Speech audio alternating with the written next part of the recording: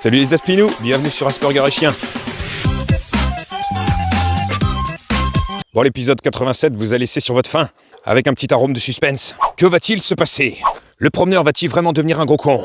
Oui madame, je deviens de moins en moins sortable. Il y a des gens qui ont commis des incivilités. Alors on peut constater qu'il manque le dossier du banc. Il a été arraché par des vils gredins. Vous savez pourquoi ils ont arraché ça? Pour faire une espèce de petite passerelle pour passer la bouillasse. Moi je vais les balancer au maire, même si c'est assez pratique. En fait je deviens un rustre.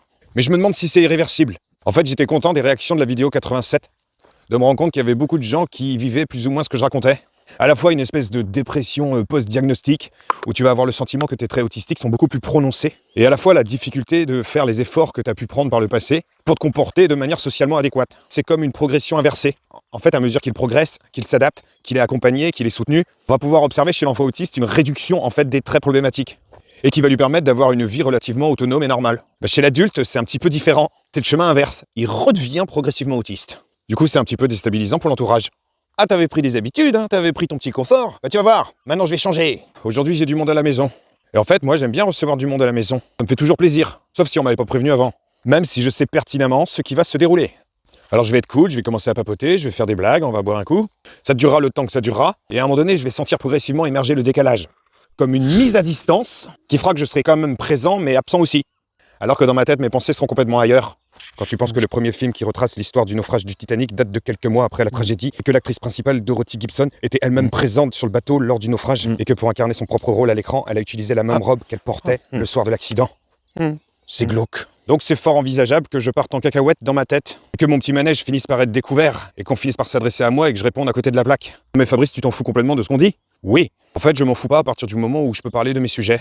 Ce sont des situations sociales que j'apprécie à partir du moment où elles durent pas trop longtemps. Il y a fort à parier que je m'exclus à un moment avec mon casque au fond du jardin. Puis quand t'as des invités, les gens ils s'installent, normal. Sauf que des fois ils s'installent à ma place. L'autre fois j'avais eu du monde à la maison, il y avait un copain qui s'était installé à ma place. Sauf qu'il avait pas encore touché les couverts, il avait pas posé ses affaires. J'ai profité d'un moment où il était parti pisser pour récupérer ma place. Et c'est ça qui est complètement décalé et inadapté. C'est que pendant que t'es debout et que tu reçois les gens, salut, je te fais pas la bise, y a le Covid, un petit coup de coude. Et que finalement chacun est censé être content de revoir l'autre. Sur le moment, je suis surtout tiraillé par l'idée qu'on puisse piquer ma place. Du moins prendre possession de mon territoire. Et le pire quand tu reçois des gens, c'est qu'ils ramènent aussi leurs enfants. J'ai rien contre les enfants, mais un enfant, quand c'est petit, ça court partout, ça fait du bruit, ça casse des trucs. C'est complètement agité dans tous les sens. En fait, les enfants des autres sont des charges sensorielles. Intellectuellement, je sais que ça fait partie du truc, il n'y a aucun problème. Sensoriellement, émotionnellement, ça ne me convient pas. Du coup, très rapidement, je vais me sentir tendu. Et je pourrais m'adresser aux gens de manière de plus en plus sèche. C'est à partir de là que ma femme me regarde avec des yeux doux. Pas adapté? De toute façon, moi je m'en fous, j'ai une combine. Je rajoute des laxatifs dans la bouffe. Comme ça, je serai pas tout seul à me faire chier. Alors non seulement ma blague est nulle, mais en plus c'est pas cool ce que je raconte parce que dans le fond j'aime bien les gens. En fait, recevoir du monde à la maison pour un autiste, c'est pénétrer dans une zone de tension.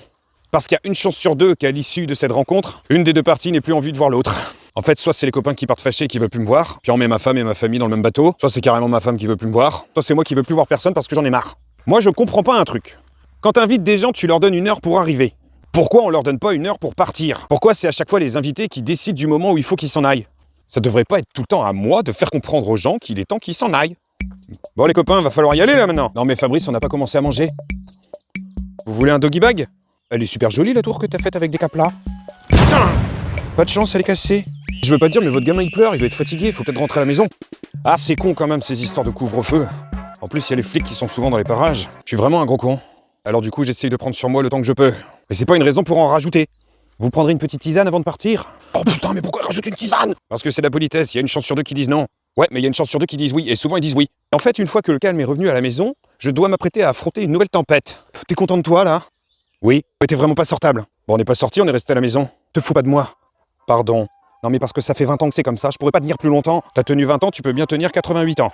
Pourquoi 88 ans? Parce que c'était l'épisode numéro 88. Et je sais que parmi mes abonnés YouTube, il y a quelqu'un qui attendait impatiemment l'épisode 88, parce que ces personnes adorent le chiffre 8. Alors je dédicace cet épisode à Néoria.